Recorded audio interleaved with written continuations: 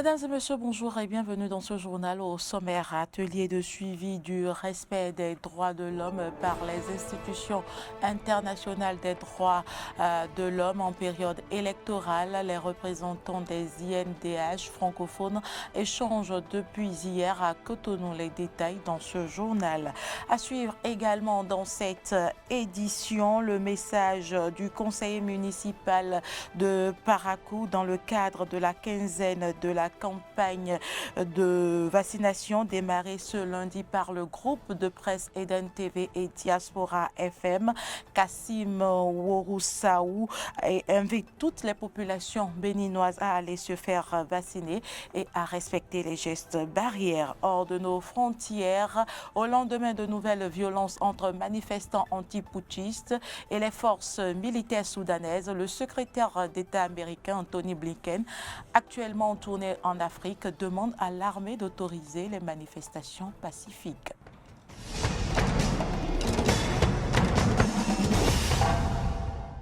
Merci pour l'attention. Je l'annonçais dans les titres, les représentants des institutions nationales des droits de l'homme, INDH francophones, échangent depuis hier à Cotonou. C'est un atelier qui porte sur le suivi du respect des droits de l'homme par les INDH en période électorale. Aimé Juste Defodji nous rend compte de la cérémonie d'ouverture. L'Association francophone des commissions nationales des droits de l'homme, AFCNDH, organise depuis ce jeudi un atelier de renforcement mutuel de capacité et d'échange à l'endroit des institutions nationales des droits de l'homme, INDH. Après les mots de bienvenue de Clément Kakochichi, président de la Commission béninoise des droits de l'homme, la présidente de l'AFCNDH est revenue sur l'objectif de ce séminaire. Le présent atelier vise donc à renforcer le partage d'expériences en pair sur les techniques de suivi du respect des droits de l'homme par les INDH en période électorale. Il nous mettra assurément en présence des situations aussi nombreuses que nous le suggère la diversité des expériences et des vécus électoraux des pays membres de la FCNDH comme une véritable source d'enrichissement mutuel. Organe facilitateur de dialogue entre l'État et les organisations de la société civile, les institutions des droits de l'homme INDH jouent un rôle fondamental dans le respect des droits de la personne humaine. Première fonction qui leur est allouée est de conseiller le gouvernement pour aider notamment l'élaboration de textes législatifs ou réglementaires dans lesquels les droits humains sont concernés ainsi que les libertés fondamentales. Une deuxième fonction, plus délicate, de contrôle de l'action publique, notamment lorsque les libertés publiques sont concernées, pour sans cesse rappeler avec détermination au gouvernement les engagements pris par l'État au moment de la ratification des conventions et traités pertinents en matière de droits humains. Arrivé premier au terme de l'élection des nouveaux membres de la Commission des droits de l'homme de l'ONU, le Bénin s'engage à partager son expérience avec les autres pays membres de l'Association francophone des commissions nationales des droits de l'homme, mais aussi poursuivre la lutte pour le respect des droits de l'homme. Cette élection témoigne de ce que la République du Bénin demeure un État démocratique et particulièrement respectueux des droits de l'homme. Pionnier de la démocratie en Afrique, le Bénin reconnaît l'importance et le rôle que jouent les institutions nationales des droits de l'homme dans la promotion et la protection des droits humains. Financé par l'Organisation internationale de la francophonie, OIF, et l'Agence française de développement, AFD, les travaux de cet atelier d'échange et de renforcement mutuel des représentants d'INDF francophones sur le suivi du respect des droits de l'homme par les INDF en période électorale prend fin vendredi.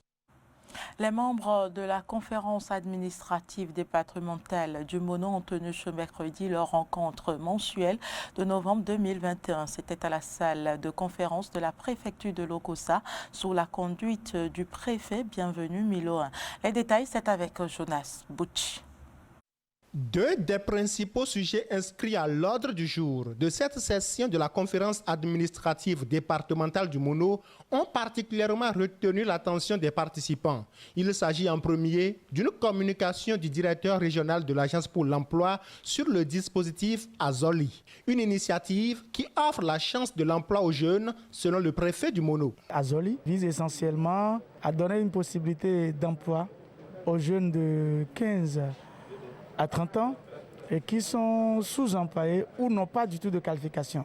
Il s'agit d'une plateforme mise à la disposition de ces cibles qui souvent n'ont pas de qualification ou sont sous-employés afin non seulement de les former, de leur donner une compétence mais aussi de les déployer sur le marché de l'emploi à travers certaines relations entretenues entre la NPE et les usines et autres unités de production ayant besoin de cette force ouvrière. Compte tenu du code foncier au Bénin et procédure de sécurisation foncière, c'est l'autre sujet de grand intérêt à cette conférence. Nous avons pris connaissance non seulement du code foncier, mais également des prestations qu'offre cette agence et de l'importance de cette agence pour la sécurisation foncière, les procédures et processus à suivre pour l'obtention d'un titre foncier qui reste aujourd'hui le seul titre de propriété reconnu au regard du code,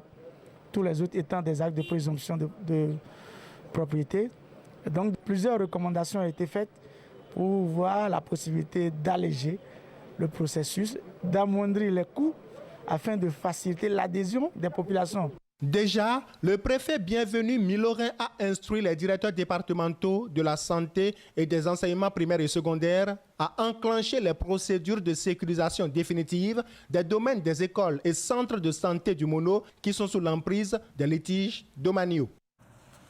117 candidats sont déclarés admis au terme du 20e concours d'agrégation des sciences juridiques, politiques, économiques et de gestion du CAMES.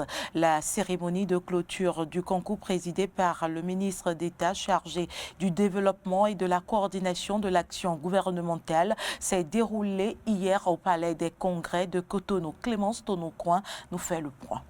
La proclamation des résultats, la remise du prix Coris Banque Internationale pour la promotion de l'excellence et la décoration de plusieurs universitaires dans l'ordre international des palmes académiques du CAMES, ce sont là les trois étapes qui ont meublé cette cérémonie de clôture. S'adressant aux différents lauréats, la ministre de l'Enseignement supérieur et de la Recherche scientifique, Éléonore Yaïla Descamps, s'est exprimée en ces termes. Je vous souhaite une longue et brillante carrière. Et n'oubliez pas, le sort de plusieurs générations vient de vous être confié. Que cette pensée illumine donc toutes vos actions. Je voudrais également m'adresser à vous, chers récipiendaires des palmes académiques, en vous félicitant de tout le travail que vous avez abattu. C'est ce travail qui parle de vous. Vous nous avez remerciés, mais nous prenons plutôt tout l'engagement de vous accompagner et de nous assurer de ce que vous avez affiché comme performance l'est et le sera durablement. Cette réussite implique des responsabilités, a tenu à rappeler le ministre d'État chargé du développement et de la coordination de l'action gouvernementale, représentant le chef de l'État. Chers lauréates et chers lauréats, vous avez su convaincre les jurys de vos capacités d'analyse et de votre connaissance en général. Je ne peux que vous en féliciter. Mais il n'y a pas de mérite qui vienne sans responsabilité. Cette responsabilité, c'est tout d'abord celle de l'enseignant qui, pour reprendre les termes d'un auteur, ne doivent être ni inaudibles sous prétexte de science, ni inexacts sous prétexte de pédagogie. C'est surtout celle de femmes et d'hommes pleinement impliqués au service de leur métier. Les facultés et écoles en ont bien besoin au regard de la concurrence globale qui existe à l'heure actuelle en matière de formation. Votre responsabilité, celle d'éduquer et de former les esprits, est immense. Devenir agrégé, c'est aussi, je le crois, épouser la carrière universitaire avec ses libertés, mais aussi ses suggestions. Le rendez-vous est pris pour la 21e session de ce concours prévu pour se tenir en 2023 au Niger. L'Agence nationale d'identification des personnes ANIP, en collaboration avec la Banque mondiale, a organisé jeudi un atelier de validation de la gestion des plaintes dans le cadre de l'exécution du projet Wouri. Cet atelier vient mettre un terme au processus lancé depuis le 26 novembre 2020. Dorcas Awangan pour le compte rendu. West African Unique Identification for Regional Integration and Inclusion, WORI, et en français, Projet d'identification unique pour l'intégration régionale et l'inclusion en Afrique de l'Ouest. C'est le projet qui a rassemblé plus d'une dizaine d'acteurs du secteur de l'identification des personnes. Selon Cyril Goubedji, gestionnaire mandataire de l'ANIP, cet atelier de validation du mécanisme de gestion des plaintes vise entre autres à mettre en place des instruments de gouvernance du projet. L'activité qui nous réunit ce jour vise fondamentalement à doter l'unité de gestion du projet des outils de prévention et de gestion des conflits et des mécanismes d'adressage des griefs que les usagers administrés auront à remonter pour obtenir une satisfaction en raison de ce que les procédures établies, les mécanismes opératoires ou opérationnels leur auraient créé des obstacles. Pour le coordonnateur national du projet, Jean Arolou, le Bénin a pris plusieurs engagements vis-à-vis de la Banque mondiale afin d'élaborer des documents dans le cadre de l'exécution du projet. Le Bénin, à travers l'accord de projet signé par l'Agence nationale d'identification des personnes, avait pris l'engagement vis-à-vis de la banque d'élaborer un certain nombre de documents de mise en vigueur du projet. Je peux citer le document, le plan d'engagement social et environnemental, le mécanisme de gestion de plaintes et bien d'autres. Donc, c'est à juste titre que, pour honorer cet engagement vis-à-vis de la banque, que l'unité de gestion du projet Wouri a engagé le consultant pour élaborer un projet de document qui serait tout à l'heure soumis à votre appréciation pour recevoir vos différentes observations en vue de son amélioration et de sa finalisation. Le renforcement du cadre juridique et institutionnel, la mise en place d'un système fiable et inclusif de l'identification et la facilitation de l'accès aux services à travers des identifiants, ce sont là les buts visés par le projet Wouri. Atelier de mobilisation des maires autour de la vaccination contre la Covid-19. C'était hier à Cotonou, une assise qui a permis de sensibiliser les responsables communaux à mieux s'investir dans la campagne contre la pandémie. Frédéric Espoir Mambou. Une nouvelle stratégie de guerre contre la Covid-19. Elle implique désormais les élus locaux des 77 communes du territoire national. C'est donc la raison de cette rencontre du ministre Benjamin Moukpati avec les premières autorités de nos collectivités locales. Et pour planter le décor, Dr Aruna Tchengare, représentant résident de l'OMS au Bénin, fait l'état des lieux. À la date du 16 novembre 2021, il y a eu 383 500 personnes vaccinées, une première dose, et 297 700 personnes complètement vaccinées, ce qui fait seulement une couverture vaccinale de 4,8% de la population cible, qui a fait le choix éclairé de se protéger contre ce virus. Un chiffre qui malheureusement est très loin de la cible prônée par la communauté internationale de 40% de la population d'ici fin décembre 2021. C'est donc pour prendre les taureaux par les cornes en vue de créer une immunité collective contre la pandémie que la campagne accélérée contre la COVID-19 a été lancée il y a quelques jours. Et donc, personne ne sera de trop dans cette nouvelle guerre contre la COVID, à en croire le ministre de la Santé. Des équipes seront déployées dans tous les arrondissements, villages et quartiers de ville de vos communes respectives. C'est une campagne qui se déroule dans le contexte actuel d'infodémie, de rumeurs, de fausses informations, nécessitant l'implication de tous, principalement des autorités politico-administratives et également des leaders d'opinion. Mesdames et messieurs les maires, le défi majeur à relever pour la présente campagne est celui de la mobilisation des populations en vue de leur adhésion à la vaccination. C'est pourquoi je voudrais vous inviter à un engagement personnel aux côtés des équipes du ministère de la Santé et de toutes les autres structures publiques afin de mobiliser nos populations à se faire vacciner. Désormais, 442 points de vaccination seront déployés sur toute l'étendue du territoire national contre les 116 points habituellement déployés au cours de la campagne de routine. Et les maires prennent fait et cause pour cette politique vaccinale, à commencer par Luc Setonji Atropo, président de l'Association nationale des communes du Bénin.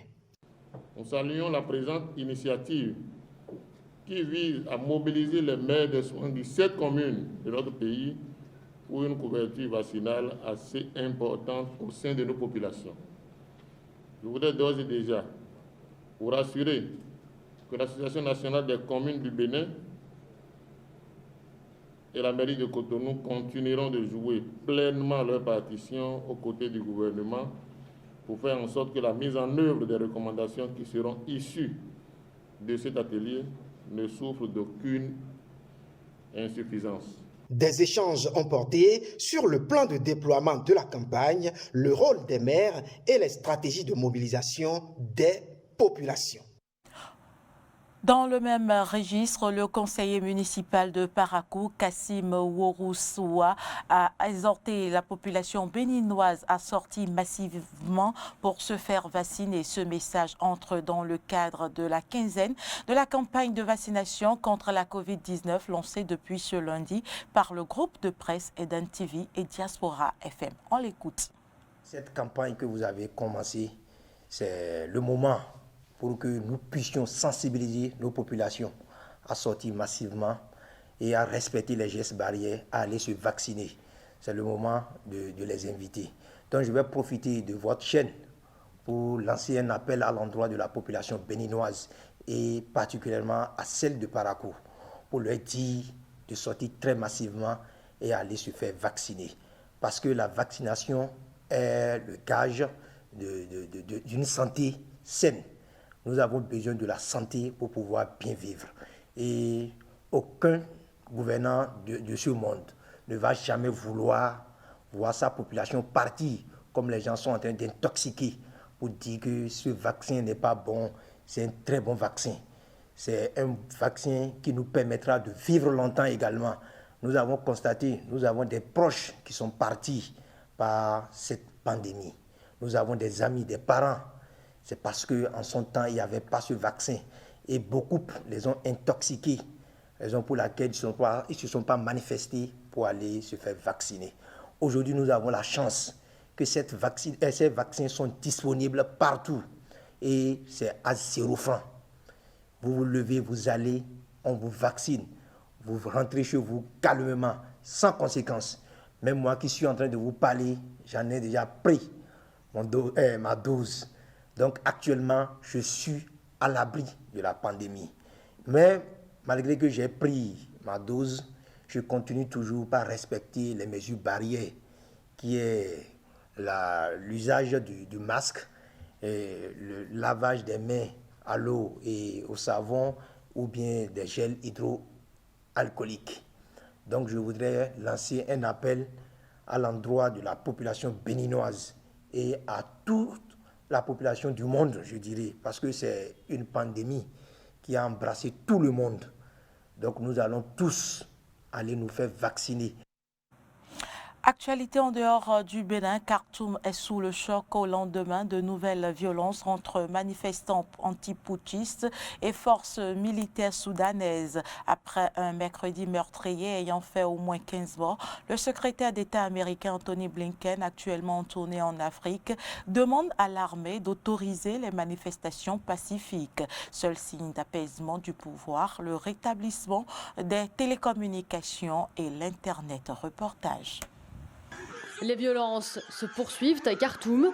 Policiers et anti-putschistes se sont encore affrontés hier dans le nord de la capitale à coups de jets de pierre et de gaz lacrymogène au lendemain de la journée la plus meurtrière depuis le coup d'État du 25 octobre. Mercredi, une quinzaine de manifestants ont été tués. Hier, la police soudanaise a affirmé ne pas avoir ouvert le feu et ne recense de son côté qu'un seul mort parmi les manifestants. Il y a eu des violences injustifiées lors des événements du 13 novembre. Pendant ces événements, il y a eu des agressions de la police et nous avons été surpris. Nous n'accusons aucune partie car nos enquêtes sont toujours en cours. Notre enquête elle-même porte sur la source de l'information. Il est important pour nous d'identifier chaque ressortissant soudanais qui est mort en tant que martyr, où et comment. Le pouvoir militaire a fait un premier pas vers l'apaisement en rétablissant hier les communications téléphoniques coupées toute la journée de mercredi. Internet inaccessible depuis plusieurs jours fonctionne de nouveau. Les militants ont immédiatement appelé les Soudanais à mettre en ligne vidéos et informations sur les manifestations de la veille. En déplacement au Nigeria, le secrétaire d'État américain Anthony Blinken a condamné la répression militaire et appelle l'armée à autoriser les manifestations pacifiques au Soudan. Ce sera tout pour cette édition. Merci de nous avoir suivis. À très bientôt.